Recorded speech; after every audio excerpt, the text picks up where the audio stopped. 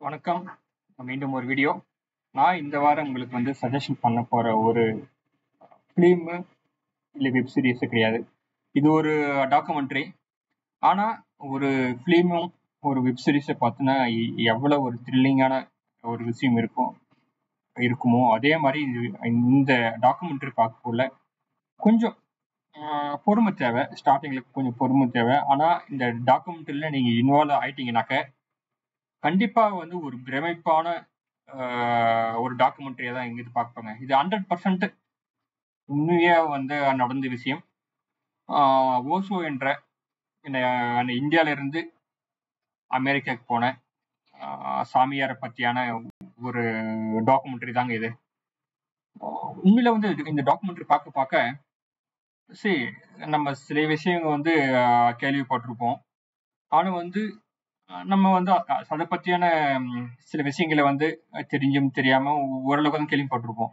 ஆனா இவரை பத்தி இந்த ஓசோ சாமியார் பத்தி அட்லீஸ்ட் நான் ஒரு புக்கு கூட நான் படிச்சது இல்லை. ஆனா நான் ஓரளவுக்கு கேள்விப்பட்டிருப்பேன் இல்லையா. ஆனா இந்த டாக்குமெண்ட்ரி பார்த்ததுக்கு அப்புறம் தான் தெரிஞ்சுது இந்தியால இருந்து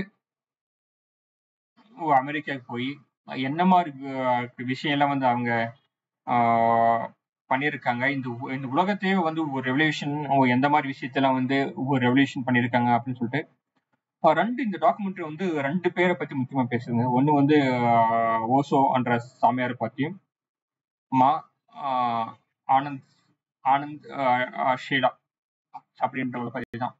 எனக்கு என்னன்னாக்கா இந்த டாக்குமெண்ட்ரி பார்த்ததுக்கு அப்புறம் ஓசோவை விட கிட்டத்தட்ட என்னங்க ஒரு 18 வயசுல இருந்து ஒரு 22 23 வயசுதாங்க இருக்கும் அந்த லேடிக்கு அந்த காலகட்டத்துல.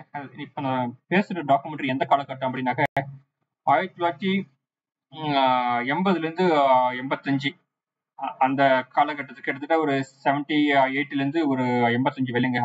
அப்ப அந்த லேடிக்கு வயசு ஒரு சொல்றது ஒரு 18 இருந்து ஒரு 23 24 போலதான் இருக்கும். அந்த சின்ன வயசுல அவங்க என்ன மாதிரி விஷயம் எல்லாம் பண்ணிருக்காங்க, எப்படி ஹேண்டில் பண்ணிருக்காங்க அப்படின்னு பார்க்கல பிரமிப்பா தான் இருந்தது. ஆனா இந்த டாக்குமெண்ட்ரி பார்க்கல ஒரு ஒரு நிறைய விஷயத்த ரொம்ப இன்ட்ரெஸ்டிங்காகவும், அதாவது ஃபுட்டேஜ் 100% இது ரியலா எல்லாமே நடந்த விஷயம். இந்தியால இருந்து அமெரிக்காவுக்கு போய் அவங்க என்ன பண்ணாங்க அப்படின்றதுதான் இந்த டாக்குமெண்ட்ரியுடைய பேஸு.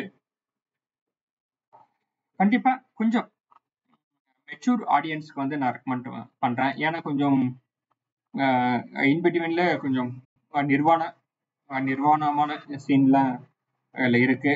அதனால முடிஞ்ச அளவு குழந்தையோட பாக்குறது அவாய்ட் பண்ணுங்க. உண்மையில இந்த டாக்குமெண்ட்ரி பார்த்ததுக்கு அப்புறம் ஷேலா, ஆனந்த் ஷேலா அவங்கள இன்னும் இருக்காங்க.